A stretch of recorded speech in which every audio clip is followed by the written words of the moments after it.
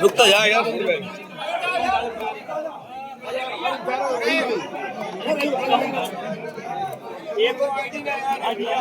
अरे आईडी नहीं आता, आवाज ले लो यार, पैसा करना अपना आवाज ले लो। पूछिए भैया, शंकराचार्य ने एक केसी में कहा है कि योगी 40 दिन के अंदर बताए कि वो सनातनी हिंदू है कि नहीं है।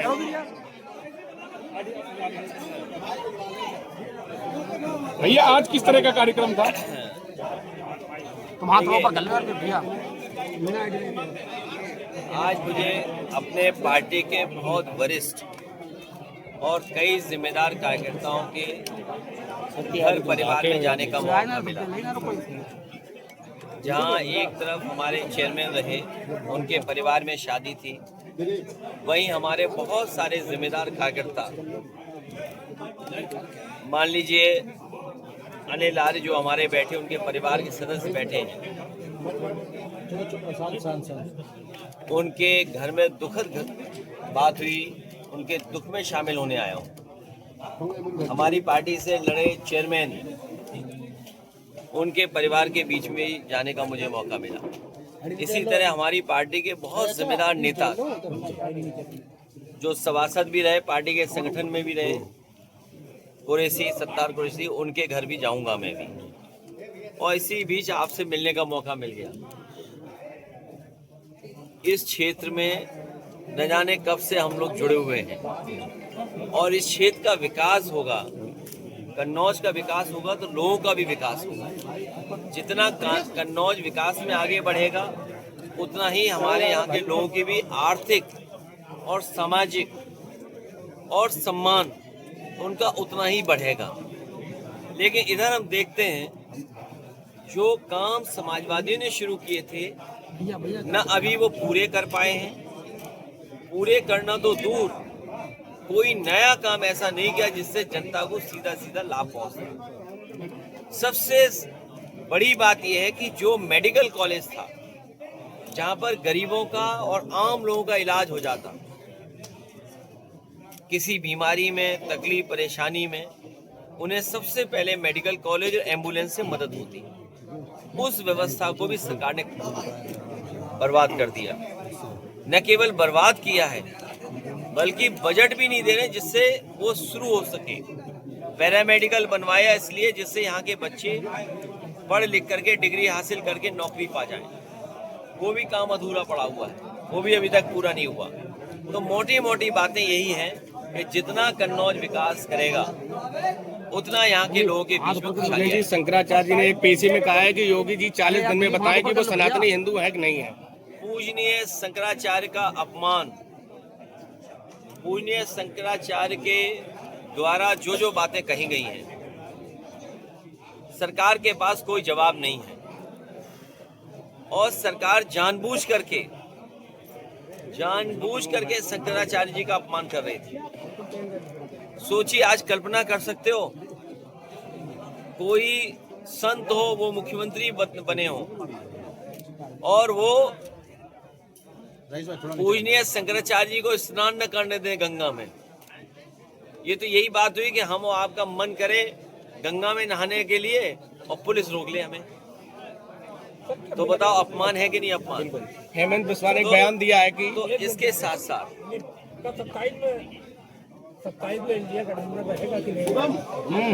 अभी आप लोगों के लिए सबसे बड़ी बात है, सेंसस आ रहा है। सेंसस जिसमें हम आपकी सब चीजें गिनी जाएंगी।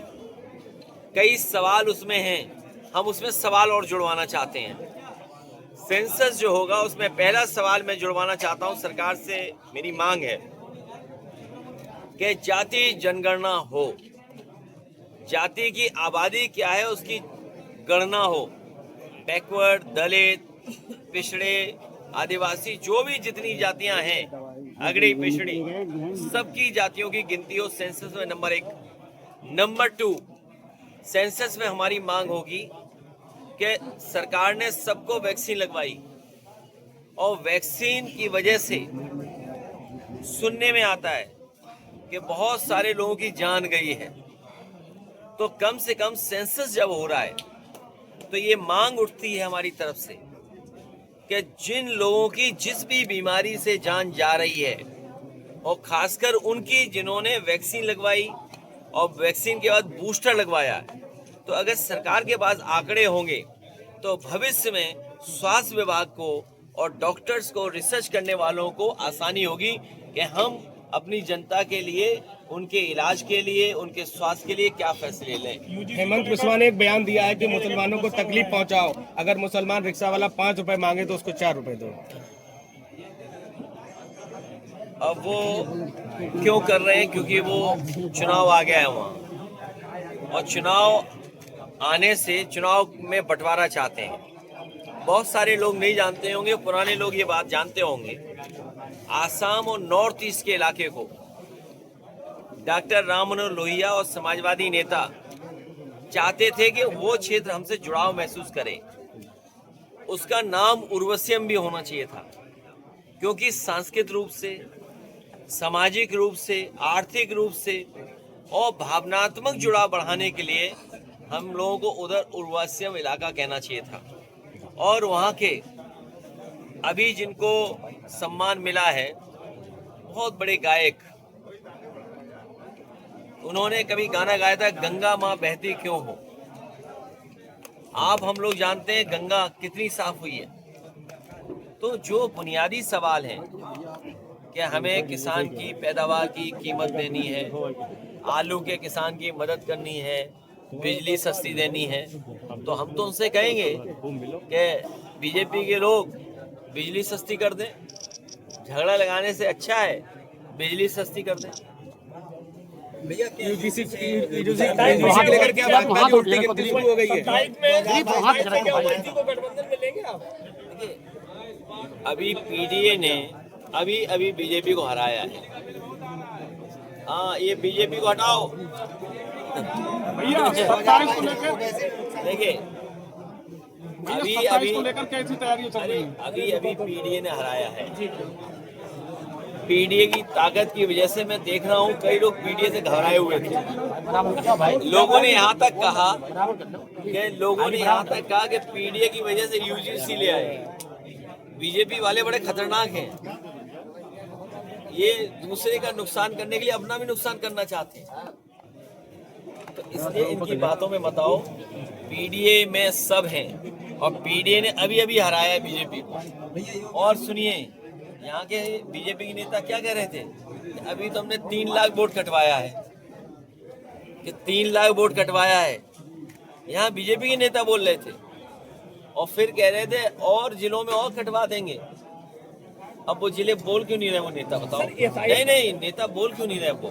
सर, एसआईआर से किसे फायदा हुआ, आपको हुआ कि बीजेपी को? नहीं, हमारे कार्यकर्ता मेहनत कर रहे हैं, और मैं अपने कार्यकर्ताओं से कहूँगा और मेहनत करना। नहीं तो ये बीजेपी के लोग अधिकारियों से मिलकर, चुनाव आयोग से मिलकर के आपके हमारे वोट कटवा देंगे। अगर आपके हमारे वोट कट गए, सोना बहुत महंगा हो गया है, वोट कटवाना चाहते हैं नहीं, ये हमारा पत्रकार साथी सही अच्छे सवाल पूछ रहा है। जेवर पहनो, बताओ सोना खरीद सकते हो? चांदी खरीद सकते हो? बड़े लोग खरीद सकते हैं। नहीं, ये नहीं चाहते गरीब अपनी बेटी की शादी में, घर परिवार की शादी में कुछ जेवर दे दे। हमारे पत्रकार साथी ने सही सवाल उठाया है। अब ये जेवर भी नहीं खरीद सकता कोई। ये जो अब से बीजेपी वालों ने सोना इकट्ठा करना शुरू किया है, तब से ये महंगाई सोने की बढ़ गई है। सर, 22 के चुनाव में ओवैसी ने नुकसान पहुंचाया था, तुम्हें ओवैसी की ज्यादा चिंता है। अरे इनका नाम क्या है? भैया योगी नहीं, तुम्हें क्या चिंता है बताओ? तुम हमें वोट देते हो। तुम ये बताओ, तुम्हें क्या चिंता है? शंकराचार्य ने चुप रहो, ये हमें खुद वोट देता है। तो अभी पीडीए ने हराया है, तुम बीजेपी चक्कर मत लो। अच्छा, भैया जैसे कि यूजीसी को लेकर जो सुप्रीम कोर्ट ने रोक लगाई है, इस पर क्या कहेंगे? इसका श्रेय किसे? हमें कुछ नहीं कहना। अच्छा, हमें कुछ भी नहीं कहना। हमें इसलिए कुछ नहीं कहना, अब हम लोग एक कदम आगे बढ़ गए हैं। सेंसस होने जा रहा है। आप बिल्कुल सेंसस बहुत सीरियस लेना। आपके हिसाब से भैया 370 दिन रह गए। सेंसस इसलिए लेना जरूरी है कि उसमें आपका सब कुछ जनगणना होगी ऊपर रखो मेरे भाई। और भविष्य में जनगणना के हिसाब से फैसले लेगी और पॉलिसी बनेगी। तो अगर हम जनगणना में और चीजें शामिल करा दें, उदाहरण के लिए जाति शामिल हो जाए या जाति गणना हो, तो उससे हमें हर जाति का हक सम्मान दिलाने में आसानी होगी, तो झगड़ा नहीं होगा कभी। बीजेपी झगड़ा चाहती है। फिर जनगणना में ये भी शामिल हो जाए कि हमारे ग्रामीण क्षेत्र में किस किस वजह से बीमारियां हो रही हैं, कौन सी बीमारी ज्यादा हो रही है। तो अगर वो सेंसस में बात आ जाएगी तो कल हमें अस्पताल कैसा बनाना है, डॉक्टर किस इलाके में कैसा भेजना है, तो उससे हमें आसान होगी, अपनी जनता की सेवा कर सकेंगे, मदद कर सकेंगे। सब 27 में चुनावी मुद्दा क्या होगा? चुनावी मुद्दा केवल एक होगा कि भाजपा हटाओ। सर जिस तरह से नहीं, ये जो मंदिर आप बनवा रहे हैं केदारेश्वर, इससे कुछ लाभ मिलेगा क्या? नहीं, लाभ तो नहीं मिलेगा। उसमें जितना बीजेपी के लोगों को चंदा मिला उसका 1% भी हमें नहीं मिला चंदा। अब इसमें लाभ क्या है? शंकराचार्य जी नहीं बताओ, लाभ पूछ रहे हैं। हम तो ये कह रहे हैं कि हम तो कह रहे हैं भगवान सबके बराबर हैं भाई। हमारे अरे रुक जाओ ना, हमारे आपके सबके भगवान एक हैं। धर्म में हम किसी न किसी को मानते हैं, तो यही हमारे समाज की और देश की खूबसूरती है। हमारा साथी पूछ रहा है, हम तो कहेंगे बीजेपी वालों से हमें भी तो चंदा दिलाओ। भैया दिलवाओगे चंदा? भैया डिप्टी सीएम का एक बयान आया था जिसमें उन्होंने कहा कि 2027 में सपा साफ हो जाएगी। पहले अपना वो साफ करें, क्या बोलते हैं, स्टूल। बैठने में आराम रहेगा। भैया एक सवाल हम मुसलमानों के लिए है। अरे स्टूल साफ करोगे तो आराम रहेगा बैठने में। हाँ पूछो कौन? आप बोला आप बोलो। बोला है समुदाय पर विवादित बयान दिया। हाँ, नहीं, वो विवादित ही बोलेंगे। देखिए, उन्हें आसाम से कोई लेना देना नहीं है, उन्हें मुख्यमंत्री बने रहना है बस भैया इसलिए वो नफरत भरी बातें करेंगे। हम आपसे कहना चाहते हैं, कोई नफरत भरी बात ना करे। यही गंगा का पानी जाता है वहीं तक, बंगाल से आगे तक। और मैंने अभी बताया था आपको कि वो इलाका हमारे और उनके बीच में सांस्कृतिक, सामाजिक, आर्थिक, भावनात्मक जुड़ाव कैसे हो, उस पर हमें काम करना चाहिए। अब उनसे पूछो, अरुणाचल बगल में है, चीन जमीन छीन लिया है, हम लोग सब गांव के लोग हैं, बताओ कोई मेड़ काट सकता है बगल का खेत? किसान झगड़ा हो जाएगा। अभी तक बीजेपी क्षेत्रफल नहीं बता पा रही है। ये जो ज्यादा बातें कर रहे हैं मुख्यमंत्री, कम से कम यही बता दें कि भारत का क्षेत्रफल क्या है। भाई हम हर बात मान लें इनकी, चलो, लेकिन ये मुख्यमंत्री ये बताएं भारत का क्षेत्रफल क्या है। भारत का क्षेत्रफल उनसे कोई पूछ लेगा तो मुंह में टेप लग जाएगा उनके।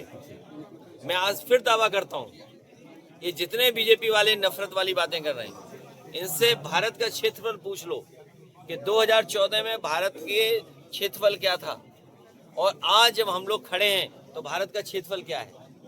मुंह सील हो जाएगा, बंद हो जाएगा। अब भैया ओवैसी पार्टी के कन्नौज जिला अध्यक्ष ने एक बयान दिया था कि जिस मुस्लिम आपकी पार्टी से दरी बिछाने का काम करता है। जो ममता बनर्जी जी ने जांच मांगी है, उसके बाद कई सीनियर लीडर्स ने जांच मांगी है। पहली बात तो ये है कि आपके देश में सुरक्षित हवाई जहाज हों, और जब विकसित भारत का सपना हम देख रहे हैं तो सब नए हवाई जहाज आए। कोई कानून ऐसा बने, नियम ऐसा बने कि वीआईपी कम से कम अच्छे जहाज पे चले, या आम जनता को जो जहाज मिलते हैं वो पुराने जहाज मिले नहीं, पुराने, और मेंटेन अच्छे हों, और मेंटेनेंस में कोई भी लापरवाही ना हो। और अगर वेस्ट बंगाल की मुख्यमंत्री जी ने मांग की है तो कहीं न कहीं ये सवाल खड़ा हुआ है कि जो हवाई जहाज सही था, अभी तक उड़ रहा था, और जब विजिबिलिटी 3 किलोमीटर की थी, उसके बाद ये हादसा कैसे हो गया? तो ये तो जांच का विषय है ही। और अपने देश ने बहुत सारे जिम्मेदार नेताओं को खोया है, बहुत बड़े बड़े। याद कीजिए, एक बार बड़े नेता को यहीं हम लोगों ने पड़ोस में खो दिया, माधवराव सिंधिया। कितना दूर बताइए, मैनपुरी में, बिल्कुल बगल में।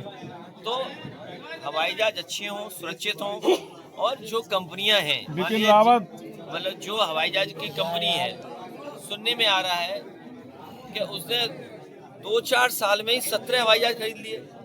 अभी तक तो हम बीजेपी के बारे में सुनते थे कि बीजेपी के ठेकेदार अगर सड़क बनाते हैं तो उसी दिन हवाई जहाज ले आते हैं।